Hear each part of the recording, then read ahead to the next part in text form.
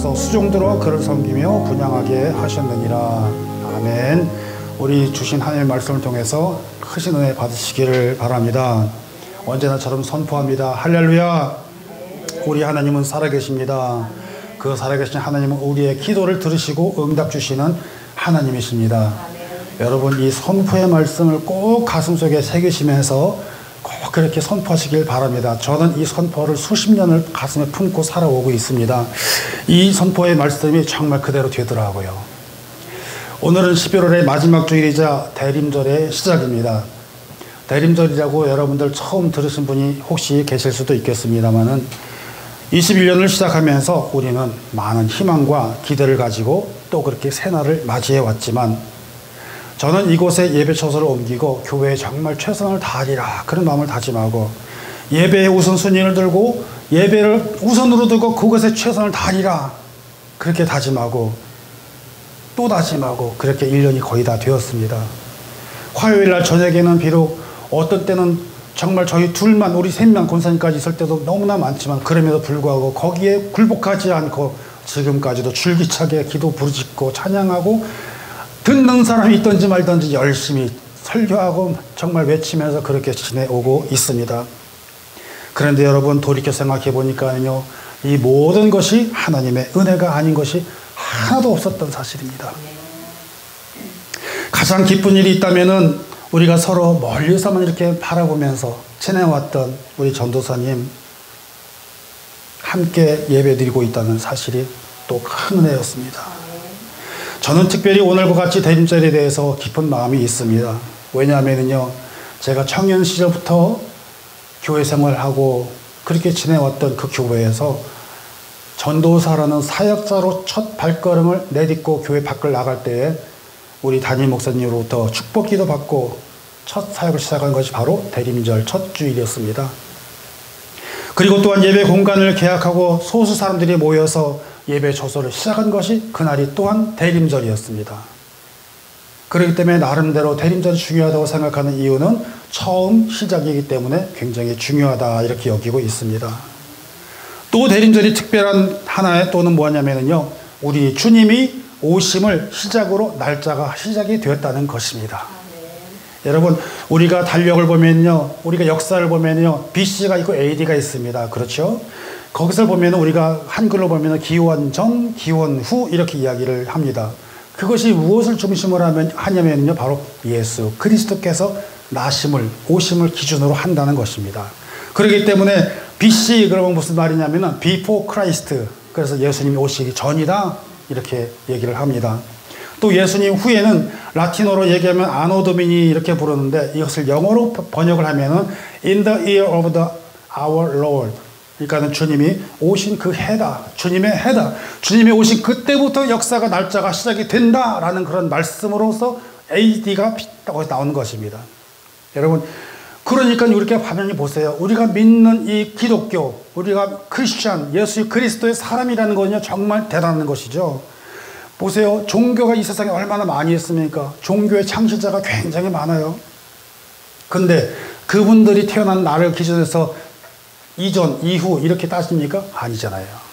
아니라는 것입니다. 다시 말하면 기독교라는 것은요, 예수 그리스도가 중심이 되어 있고, 이 세상의 기독교, 그러니까 우리 하나님 예수 그리스도가 중심으로 움직인다는 것을 벌써 우리는 다 이렇게 대놓고 얘기해도 될 정도로 의미가 있다는 것입니다. 여러분, 성경도 그렇습니다. 성경의 총 주제가 누굴 얘기하고 있습니까? 예수 그리스도라는 사실입니다. 그렇기 때문에 우리가 가지고 있는 이 기독교라는 것은 일반 다른 종교와 똑같다 그렇게 여기면 되는 것이 아니라, 다른 사람들은 성인들이 자기가 깨닫고 그래가지고선 설파하고 그래서 종교를 창시한 것이 아니라, 우리 기독교는 그냥 일반 종교와 똑같은 것이 아니요, 철학처럼 여겨지는 것이 아니요, 그렇게 취급되어지는 것이 아니요, 살아계신 하나님께서 계신 실체라는 사실을 우리가 고백해야 된다는 사실입니다. 믿으시면 아멘 하십시다. 이 사실을 우리가 믿기를 주의 이름으로 축원드립니다. 꼭 믿으면 나아가야 됩니다. 그래서 우리는 사용하면서 우리가 달력이라고 하죠. 우리가 날짜 보는 것을 그 달력을 뭘 기준으로 움직이는 건가요? 태양. 태양을 중심으로 움직이는 것을 딱 얘기를 한 것이고, 그 다음에 우리가 음력이라고 하죠. 생일나가신 분 양력이요, 음력이요 물어보잖아요. 음력은 뭐라고 그럽니까? 달을 중심으로 이야기한다. 그런데 그 자료를 보니까요, 태양을 중심으로 움직이는 것은 날짜가 대충 며칠이냐면요, 365일, 365점 얼마 그래서 366일 이렇게 말하는 사람도 있는데, 대충 그래요. 그런데 달을 음력을 기준으로 한 거 보니까 얼마가 나오냐면 354일이 나옵니다. 그렇기 때문에 우리에게 윤년이라는 것이 있고, 그것이 날짜 차이를 갖다가 극복하기 위해서 주기적으로 찾아온다는 것입니다. 그러니까 보세요. 양력이냐 음력에는 대부분 한 보름 정도 차이가 나요. 그렇잖아요. 그렇듯 날짜도 태양을 중심으로 하고 또 다른 날짜는 또 달을 중심으로 하는데, 우리는 무슨 날짜를 중심으로 하냐면은 예수 그리스도를 중심으로 한다는 사실입니다. 그래서 그날은 언제냐? 오늘 대림절은 무슨 달이냐? 제일 앞에 첫 번째 보면은 대림절 첫 번째 주 이렇게 적어놨을 겁니다. 또 여러분들 주보를 보시면, 제가 참 연구를 많이 했죠. 주보를 딱 보시면은 여기다가 제일 위에 보면 초가 있어요. 초가인데 초는 제가 한 개만 딱 켜놨어요. 보시면은요, 바로 첫 번째 촛불을 킨다라는 것이고, 여기에 대한 설명은 주보 끝에 있는 칼럼료는 안에 다 적어놨으니까 여러분이 참고하시면 되겠습니다. 여러분, 이것이 무슨 말이냐면요, 대림절, 그러면 우리 주님이 나신 날을 중심으로 4주 전, 한 달 전부터 1주, 2주, 3주, 4주 지나고 그 다음에 온 날이 뭐예요? 성탄절. 그렇게 해가지고 우리 주님 오신 날을 기다리는 것입니다. 그렇기 때문에 이 대림절, 다른 말로는 또 뭐라고 얘기하냐면 대강절 이렇게 얘기도 합니다. 그래서 어떤 사람은 이렇게 얘기하죠. 대강절을 대강 넘어가면 안 됩니다. 우리 말을 다 못 알아들으시는 분은 대강 넘어가시지 마시고 철저하게 잘 우리 주님 오신 날을 한 주 고대하고 기억하면서 우리 주님 오시는 날을 기다리고 그렇게 해서 성탄절을 맞이하시는 저와 여러분 되시길 바랍니다. 이 말의 뜻이 뭐냐면은 아드벤투스 그래가지고서는 온다, 라틴어에서 온 날인데, 그래가지고 우리만은 the advent라고 얘기를 하죠. 영어로는요. 그렇게 해가지고 우리가 대강절 또는 대림절 또는 강림절 이렇게 얘기하기도 합니다. 요 세 가지가 다 그 말이에요. 그래서 주님 오신 날 그렇게 잘 기억하시고, 사랑하는 예배자 여러분, 우리가 그렇게 예수님을 중심으로 살면서 하나님의 은혜가 열리기를 바라고, 예배가 열리기를 바라고, 예배를 회복하고 우리의 심령이 하나님을 바라보면서 바로 열리는 우리가 되어야 될 줄로 믿습니다. 그렇게 하실 때에 하나님께서 역사하시고, 우리 교회를 통해 역사하시고, 여러분을 통해서 역사하시고, 우리는 그렇기 때문에 은혜의 통로요, 복의 통로요, 축복의 통로가 되어서 기도가 통하고 하나님의 통한 말씀의 통로가 되어서 밖에 나가서 사람들에게 예수 그리스도를 담대하게 전할 줄 아는 우리들이 되어야 될 줄로 믿습니다. 그런 통로가 되시는 귀한 여러분 되시기를 축복합니다. 이 대림절을 맞이해서 하나님의 아들이신 예수 그리스도가 이 땅에 오신 그 날을 우리가 간절한 마음으로 기다리는 날, 그렇게 한 주 지내야 되겠습니다.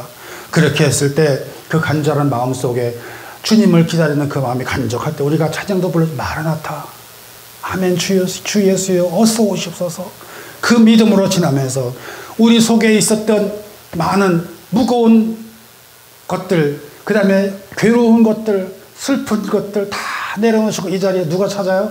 주님께서 차지하고 하나님께서 중심에 자리하시고 우리를 인도해 가시고 그렇게 나아가는 저와 여러분 되셔야 될 줄로 믿습니다. 그런데 여기서 문제가 생깁니다. 꼭 보면은 은혜를 사모하고 은혜의 자리가 있고 축복의 자리가 올라 그러면 꼭 찾아오는 게 있어요. 뭐예요? 시험이 와요. 그 시험 어디로 와요? 사탄이 붙주고 마귀가 주고 뒤흔들고 우리들의 마음을 뒤숭숭하게 하고 서로 간에 말이죠, 막 분열이 일어나게 만들고 얼마나 많은지 모릅니다. 그 꼴을 도대체 못 보는 거예요. 뭐 좀 하려고 그러면은 그냥 잘 안 돼요. 참 얼마나 어려운지 모릅니다. 교회 열심히 출석하고 하나님께 찬양을 드리고 우리의 영혼이 위로받기를 원하고 회복하는 역사가 있기를 바라는 마음으로 나가는데 꼭 보면 현장을 그렇게 방해하는 일들이 생긴다는 것입니다. 갑자기 기분이 우울해져요. 교회 가기 싫어져요. 갑자기 막 속에서 알 수 없는 막 분통이 터지고 막 그래요. 그래서 교회가 뭐가 다 귀찮아. 그리고 입을 푹 뒤집어 쓰고서는 늦잠 자고 싶어요. 주일날. 아니 그런 일이 생긴다니까요. 남 얘기하는 거 아니에요. 제 얘기하는 거예요. 제가 그랬다고요. 혹시 여러분들 속에 가슴 찔린 사람이 있었나 보네. 안 계시죠? 제가 그랬습니다. 여러분 그래가지고 우리 담임 목사님 저 청계 때는 이놈아 좀 일찍 좀 와. 일찍 좀 와. 너도 어떻게 서머타임이 있거나 없거나 맨날 30분 지각이냐. 서머타임이 있으면 없어지면 더 빨리 될 거 아니에요. 근데 그래도 30분 늦어. 똑같아요. 그랬던 제가 참 저도 납작이 두껍죠. 여기서 이런 말을 하고 있다니. 참 우리 사모님 웃으시는데. 그러나 이것도 얼마나 하나님의 은혜입니까? 그러나 바로 그 사탄 어둠의 세력이 우리를 그렇게 못하게 만듭니다. 마음을 빼앗습니다. 마음을 뒤흔들어 버립니다. 그냥 내 생각대로 이끌려가면서 아무 말이나 하고 아무 생각이나 하고 아무 행동이나 하게 만들어 버립니다.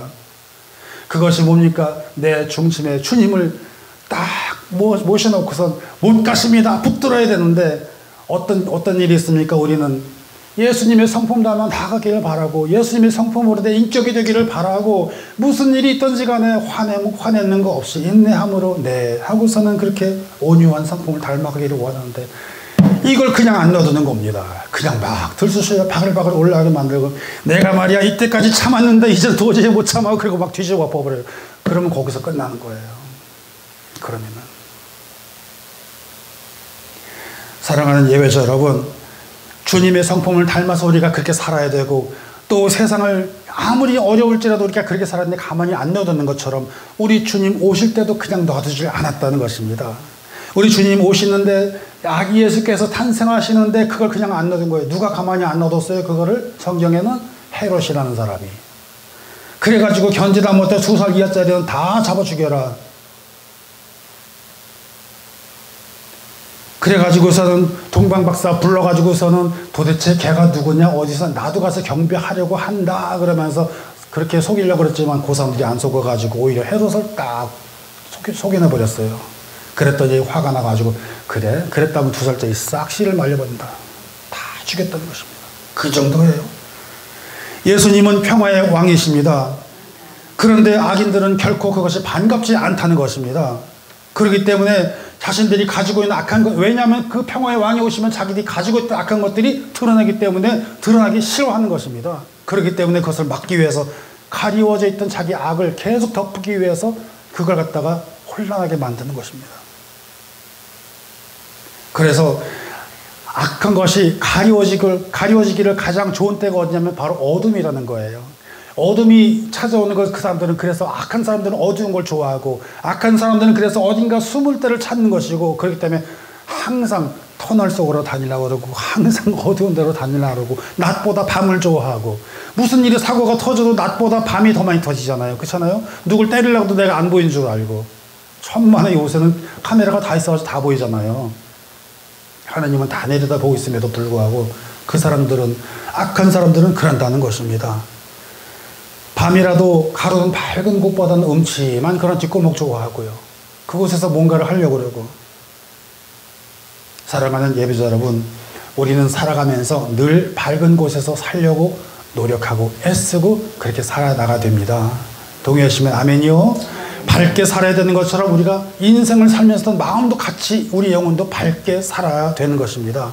밝게 살아가는 것, 빛으로 오신 그 주님이 오시는 것이 바로 하나님의 섭리이시고 그 섭리는 오늘도 이어지고 있고 하나님께서 그 주권인 것은 우리가 그 주권을 거스릴 수 없다는 사실입니다. 아무리 어두운 곳에 가려고 해도 안 된다는 사실입니다.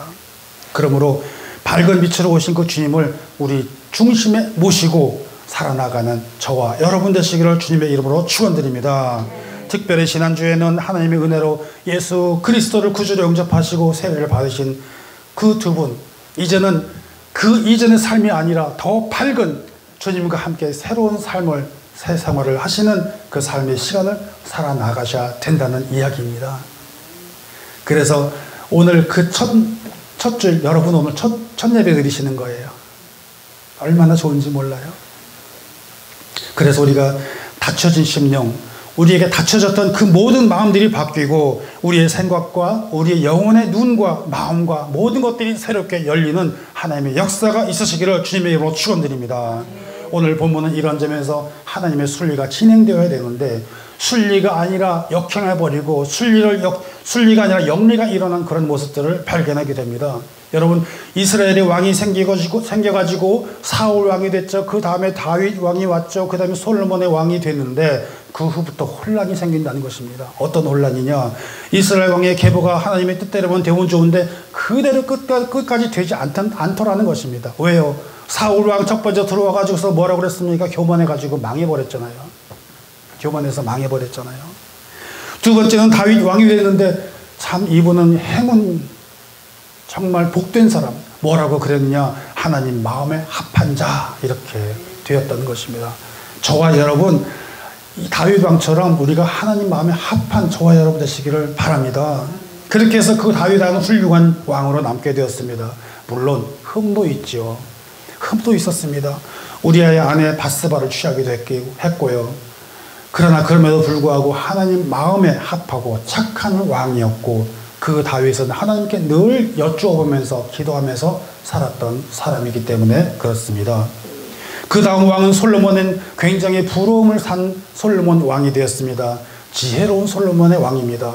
지혜롭기만 하나요? 얼마나 부자인지 몰라요. 솔로몬의 보물이라는 얘기도 들어보셨잖아요. 더 중요한 것은요, 솔로몬은요, 누가 낳았냐면요, 바로 그 밧세바가 낳았다는 얘기입니다. 밧세바가. 제일 첫 번째 부인이 아니에요. 10번째 아들이라는 사실입니다, 여러분. 이게 무슨 말씀입니까? 전통적으로 왕위를 이어받는 사람은 누가 받아요? 누가 받아요? 첫째 부인의 그 자녀, 그것도 장남.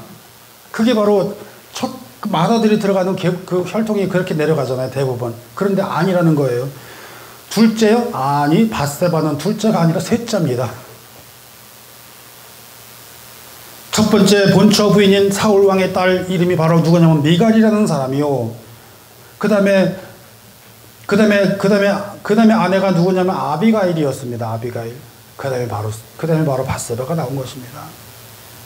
그러나 그 아들은 나단 선지자를 통해서 무엇라고 칭함을 받으냐면 여호와께 사랑받는 자라고 나왔습니다. 여호와께 사랑을 받는 자. 이것은요, 하나님의 대단한 역사이고 하나님의 주권이고 하나님으로 받은 복이라는 것입니다. 그 솔로몬 하나님께 일천번제를 드렸습니다. 지혜를 얻었습니다. 부를 얻었습니다. 영광을 얻었습니다. 하나님께 응답받는 그 명상이 지금까지도 전해진다는 사실입니다. 그러나 결론은 뭐예요?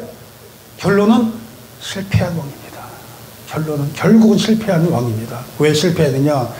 열왕기상 11장을 지내면서 보니까 이분이 어디에 휩싸여 있냐면 여자에 휩싸였어요. 여인에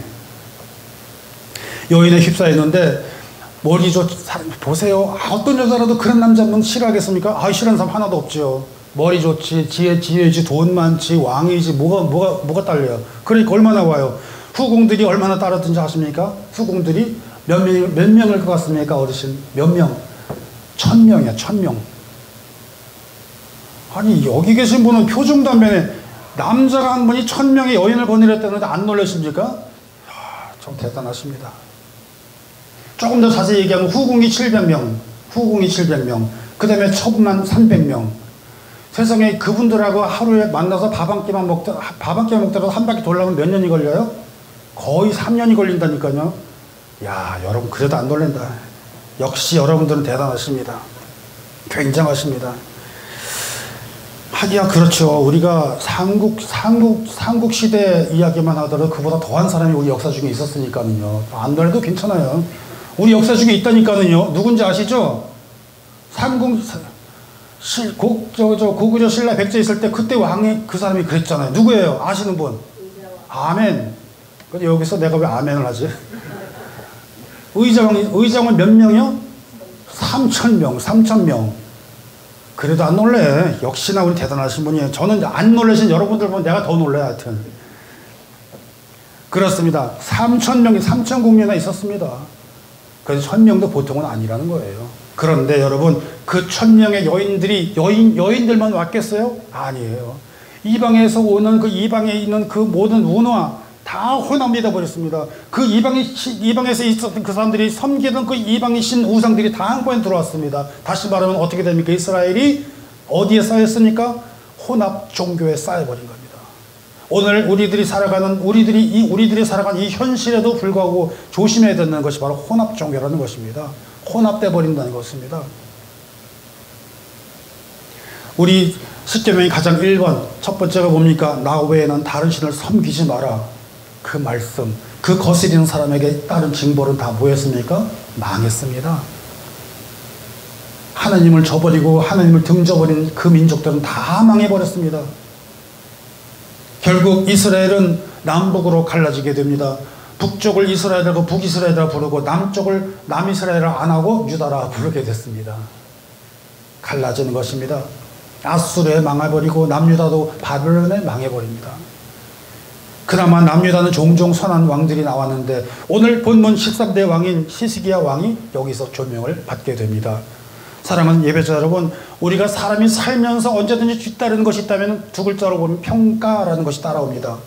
우리가 살면서 지나온 시대를 보면 역사가 평가를 하게 되고, 우리가 살다가 관에 들어가서 죽음을 맞이하더라도 후손들이 저 어른은 어떻게 살았는가라는 평가를 하시게 된다는 것입니다. 정말 저도 언젠가 장례 예식을 하늘에 가면은 그 분께서, 그 유가족께서 보내주신 그 내용들을 쭉 봅니다. 아, 이렇게 훌륭하신 분이었구나. 어떤 때는 제가 어르신을 한 번도 못 만난 적이 있는데 장례해 드릴 때가 있어요. 그럴 때는 그분이 살아오신 길을 더듬어 보면서 열심히 기도하면서 말씀 준비를 하는데 참 훌륭하신 분들이 종종 계셨었습니다. 여러분, 우리가 살면서 마음속에 속마음이 이렇든 간에 저렇든 간에 우리는 사람들로부터 좋은 평가를 받기를 원하지 않습니까?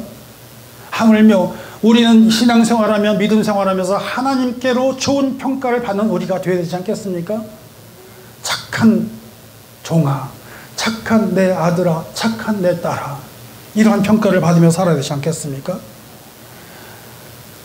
역대하 28장 1절에 보니까는 아하스가 왕에 오를 때 나이가 20세라 예루살렘에서 16년 동안 다스렸으나 그의 조상 다윗과 같이 아니하여, 이거 무서운 말입니다 여러분. 그의 조상 다윗과 같이 아니하여 여호와 보시기에 정직하게 행하지 아니하고, 이것이 바로 아하스에 대한 평가라는 것입니다. 이 말씀에서 보면 좋은 왕이 나옵니다. 나쁜 왕이 나옵니다. 역시 우리가 보듯이 좋은 사람이 있고 나쁜 사람이 나오게 된다는 것입니다.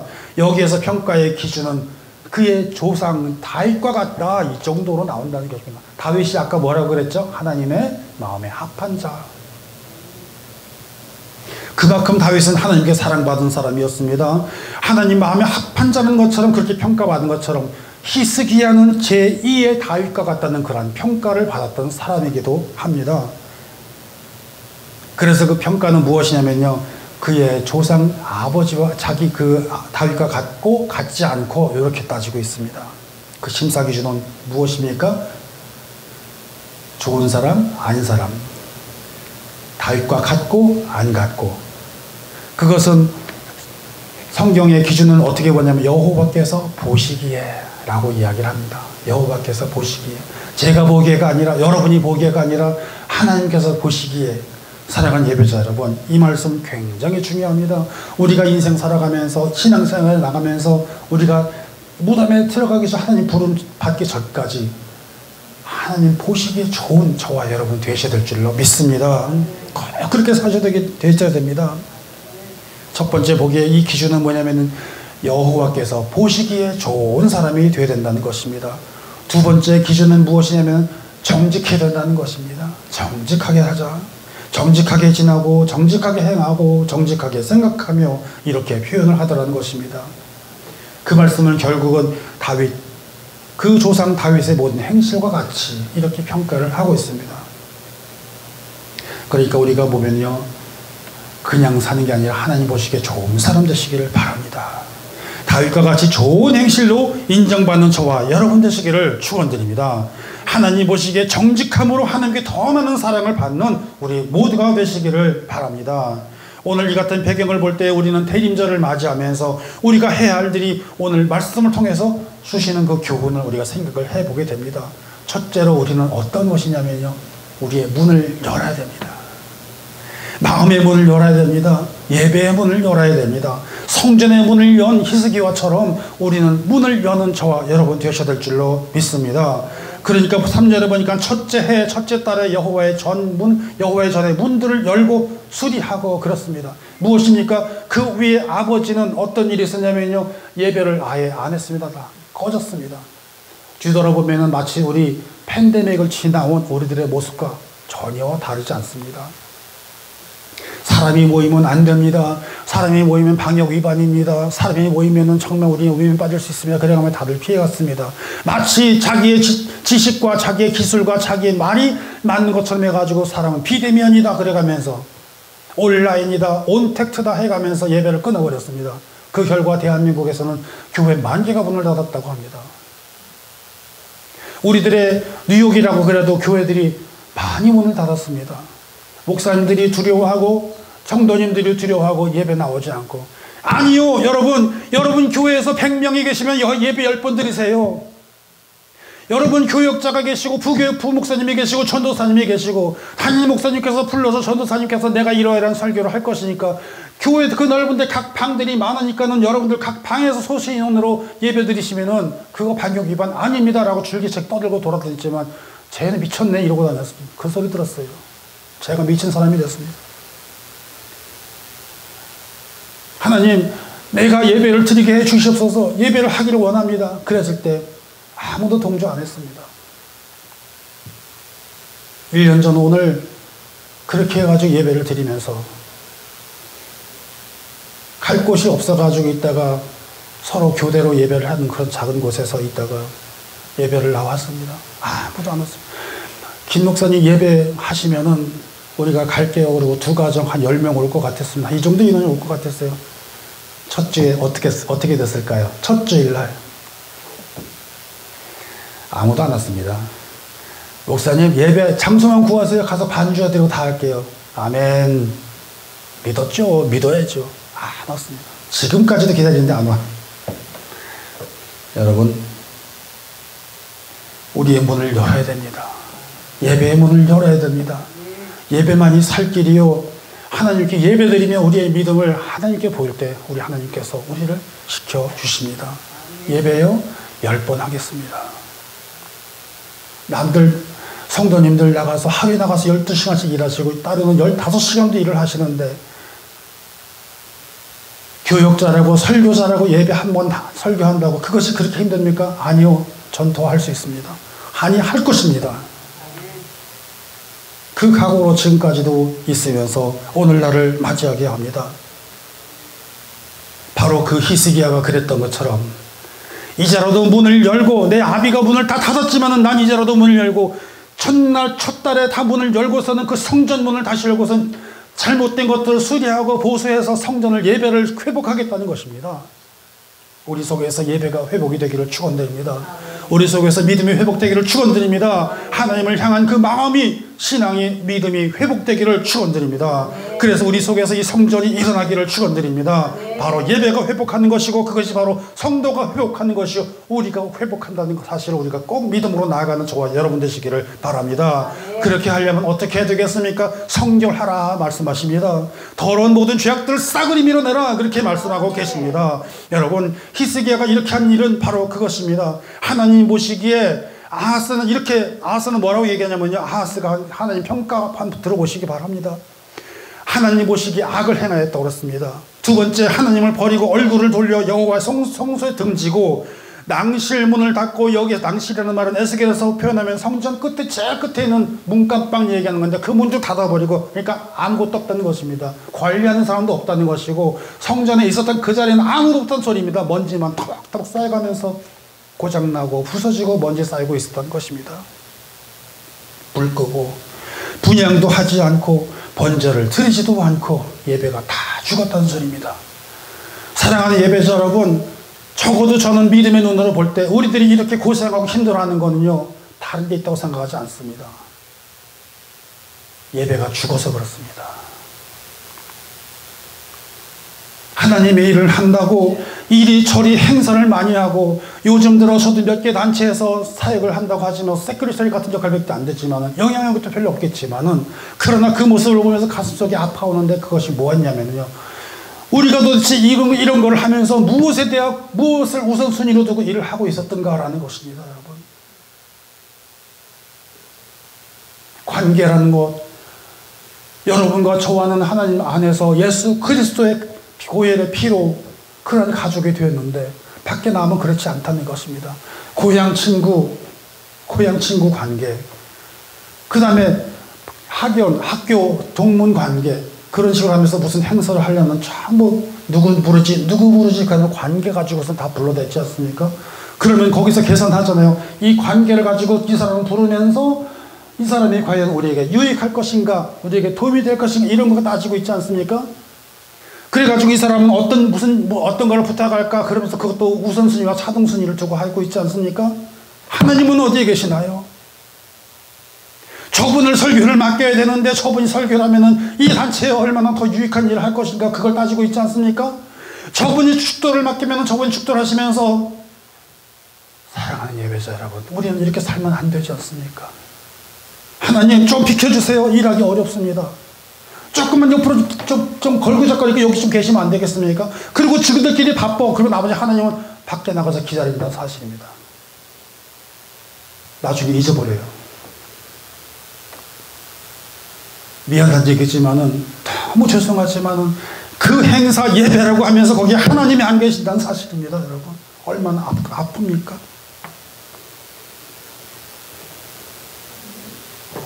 히스기야는 예배를 회복하였습니다.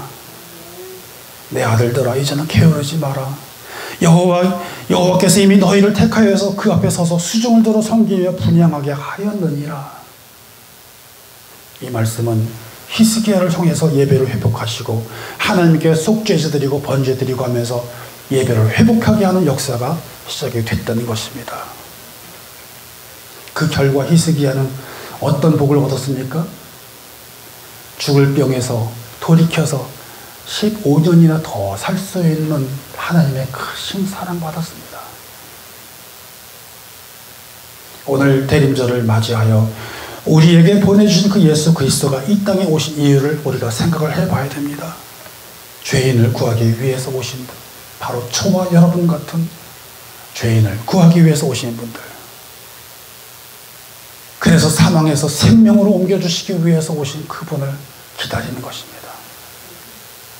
대림절을 맞이하여 예수 그리스도를 생각하며 우리에게 주신 그 본문의 말씀처럼 우리는 문을 닫는 자가 되지 말아야 되며, 예수 그리스도가 오시는 것을 방해하는 자가 되지 말아야 하며, 역으로 얘기하면 하늘로부터 내리는 복을 방해하는 사람이 되지 말아야 되며, 은혜의 통로, 축복의 통로, 복의 통로가 되는 그 통로가 되어야 됨에도 불구하고 그 통로를 막아버리는 자가 되어서는 안 된다는 사실입니다.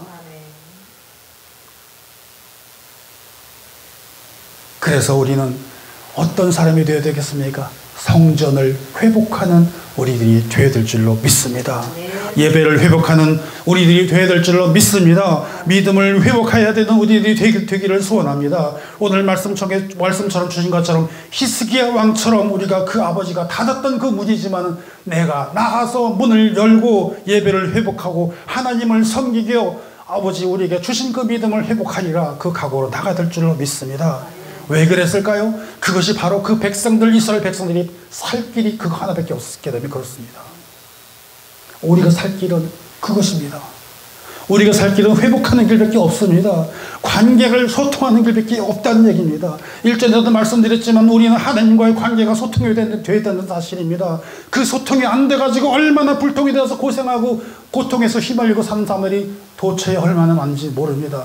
하나님과 나와의 관계가 회복이 된다는 것은 소통하는 것이요, 소통하는 것은 우리가 하나님께 기도드리는 것이 바로 소통하는 것이요, 그 소통이 우리에게 응답이 와가지고 형통의 역사가 일어나는 사실을 우리가 기억하자는 것입니다. 그렇지 않으면 우리에게 고통이 따릅니다. 절망이 따릅니다. 어려움이 따릅니다. 하나님을 저버린 사람에게는 멸망함이 온다는 사실을 기억을 해야 됩니다. 우리에게 주신 교훈처럼 우리의 신앙의 문을 다시 열기를 바랍니다. 닫혀진 마음을 다시 열기를 바랍니다. 닫혀진 믿음의 문을 열기를 바랍니다. 율법을 앞세워서 닫혀진 그 은혜의 문을 다시 열어버리고 선입견과 고정관념으로 닫혀진 그 사랑의 문을 열기를 바랍니다.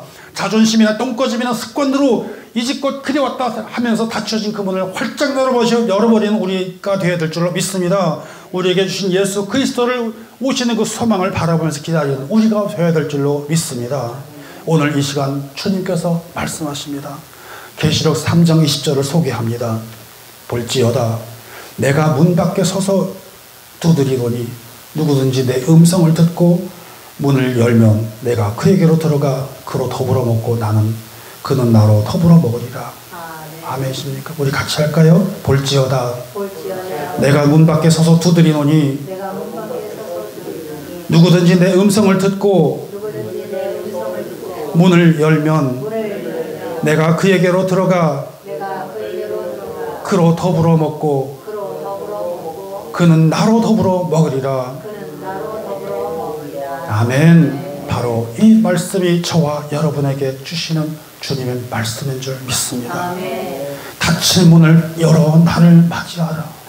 닫힌 문을 다시 열어서 나를 맞이하라. 닫힌 문을 열어 나와 함께 가자. 이 말씀 우리가 기억을 하면서 사랑하는 예배자 여러분, 대림절을 맞이하는, 강림절을 맞이하는, 대강절을 맞이하는 우리들에게 찾아오신 그 예수 그리스도, 이제 다시 오실 그 주님을 우리가 마라나타 아멘 주 예수여 어서 오십소서, 우리가 이 믿음으로 이 신앙으로 나가야 될 줄 믿습니다. 그래서 그날을 기대하고 소망하며 우리의 문을 활짝 열고 하나님과의 관계가 회복이 되고 우리의 신앙이 회복이 되고 날마다 승리하는 저와 여러분 되시기를 예수 그리스도의 이름으로 축복합니다. 기도합니다. 하나님